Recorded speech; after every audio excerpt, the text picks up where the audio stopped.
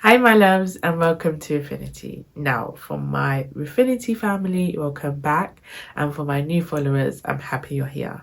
So today we're going to talk about my experience during pregnancy when I had gestational diabetes, which was a new condition for me because I've never experienced it. So we're going to dive into it and talk about how I felt and tips that I would give to others that are maybe going through the same experience. So let's start.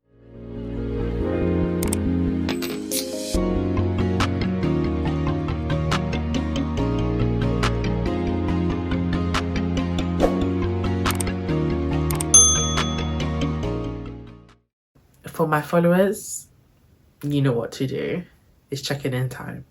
And for my new followers, that is basically just asking yourself at the end of the day how you felt, how you felt your day went, what went right, what went wrong, and what changes can be made to improve for the next time. Because we're here to improve on our future, really. Nothing's perfect, but we're hoping tomorrow will be better than yesterday. So I usually ask myself how I'm doing today, and today's been an okay day. Hasn't been too hectic, but we live and we learn. So make sure you write your notes down and you kind of write down what you can put in place to kind of overcome those barriers for next time. Gestational diabetes, what is it? I've made some notes, so if you kind of see me looking down, I'm reading my notes. So I don't want to give you guys the wrong information or mislead you with the wrong facts about it. So the definition of gestational diabetes is gestational diabetes is a form of diabetes that occurs during pregnancy when the body cannot produce enough insulin, leading to high blood sugar levels. So that's pretty much it in a nutshell. And for me, I guess I was diagnosed when I had my bloods taken, so that's why it's really important to make sure you attend your midwife appointment or any kind of hospital appointment so that they can pick up on these things a lot faster. Risk factors are for women that are overweight, which I am, so I definitely tick that box. Maybe if you've had in your family like diabetes in your family. I don't believe I've had like diabetes runs in my family, so I might not tick that box. I might do, who knows. If you're over the age of 25, which I am, if you've had it in the past, I haven't had any gestational diabetes with any of my other pregnancies. And if you have certain backgrounds such as African American, Hispanic, Native American, or Asian. So I tick that box. The symptoms are usually increased first, I would say, wanting to go to the toilet more often, being tired, and having blurred vision. I would say the most I would say I had was probably increased first and being tired. I don't recall using the toilet as much or having blurred vision. So in terms of like diagnosing it, it's usually just done through a test, like I mentioned, and it can usually be picked up between 24 to the 28th week of pregnancy, and the results will usually will basically tell you that your sugar levels are quite high. And in terms of managing it, it's usually done having regular appointments with like your health practitioner or your midwife, and taking medication and doing blood sugar levels on a daily basis. So for me now, when I was diagnosed with it, I had to attend every 2 weeks my midwife, I wouldn't say midwife appointment, but like the health center, and I would have to show them my blood sugar levels. So I would have to take my blood sugar levels in the morning and in the afternoon and in the evening, and preferably after the food and sometimes before, it just depends. And I would have to write the numbers down. So I had a black little monitor, try to put a picture in, and the little, like, I would say pieces of paper, like test papers, that you would like put your blood on it. You would like prick yourself first, you'd wait for the blood to come out, you would wipe the first blood that comes out, and then kind of squeeze the second bit out, and then you would put that on the test paper, and then put the test paper in a little test kind of monitor thing, and that will kind of tell you your blood sugar levels, and then I would have to write it down, and I would have to do this on a daily basis and give this to the doctor when I see them at my appointment, which is usually every 2 weeks. And I did this throughout my whole pregnancy. And the thing with gestational diabetes, again, like preeclampsia, it goes away when you give birth. Sometimes, if you're not careful, it can lead to diabetes type 2. And that was one of the things that was worrying me, because I didn't want it to be a lifelong problem.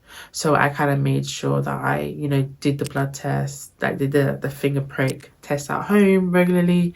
I kind of ensured that I ate healthier than I did before. Ensured that, you know, when they say eat for two, I didn't take it literally like I did before and eat for two. I would, like, you know, usually it means just have like an extra banana with your meal, not have like a meal and a half or 2 meals, because you're feeding yourself and the baby. So don't make that mistake.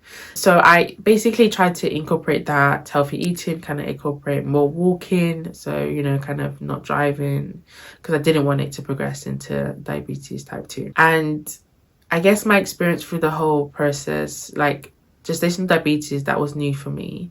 What was also new as well was obviously pricking myself on a daily basis and, you know, testing my blood for the sugar levels. I would say what was annoying is going to my appointments and having to wait literally 2 hours and be seen for literally like 5 minutes. It was, you know, here's my book journal on how my sugar levels was doing, talk about what I ate during that week, the 2 weeks, and just, you know, if there was anything that I needed to do, they would let me know.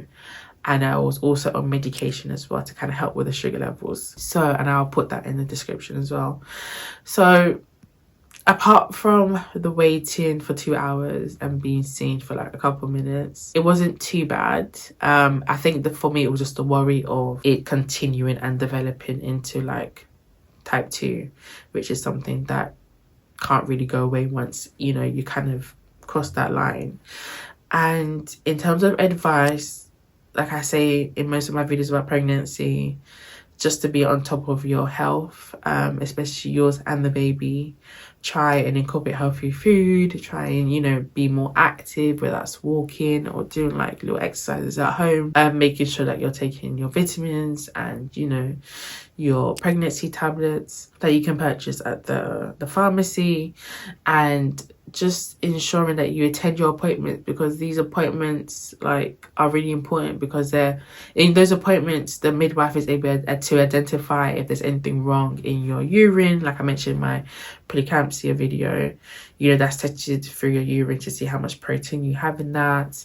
And obviously if they want to check for high sugar levels, it's done again through your blood. So it's really important to kind of go to these appointments so they can pick it up, and then the quicker they pick it up, the more it's safe for you and the baby, and there's not like further complications down the line leading to like bigger issues.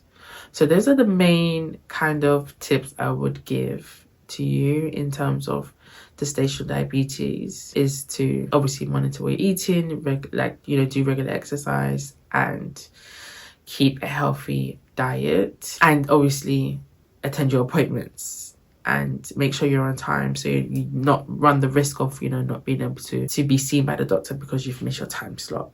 But that's basically it in a nutshell in terms of my experience. It didn't really affect me, apart from it affecting me in terms of, you know, having to go to my appointments and taking medication. It didn't really affect me too much.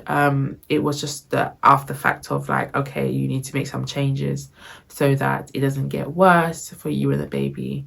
And there's like complications again down the line. So hopefully this is helpful to you. And if you find that it is, hopefully you will share it to, you know, your friends and family members, because you never know who needs to like hear someone else's experience going through pregnancy conditions. And sometimes as a result, for me personally, I had to have blood thinning injections, which was after my pregnancy, and I had to do that on a daily basis in my stomach. So being pregnant, there's a lot of things that can, you know, happen. There's a lot of things that you're not prepared for, but it's always good to go in like into pregnancy with an open mind, and just be aware of your surroundings. Make sure you're on top of your health, and most importantly, be on top of your mindset. Because in one of my videos, I did have postpartum depression, and I can probably make another video to kind of explain how I felt about that. So let me know if that's a video you want to see. So I'll leave you with that. Have an amazing day. Mwah.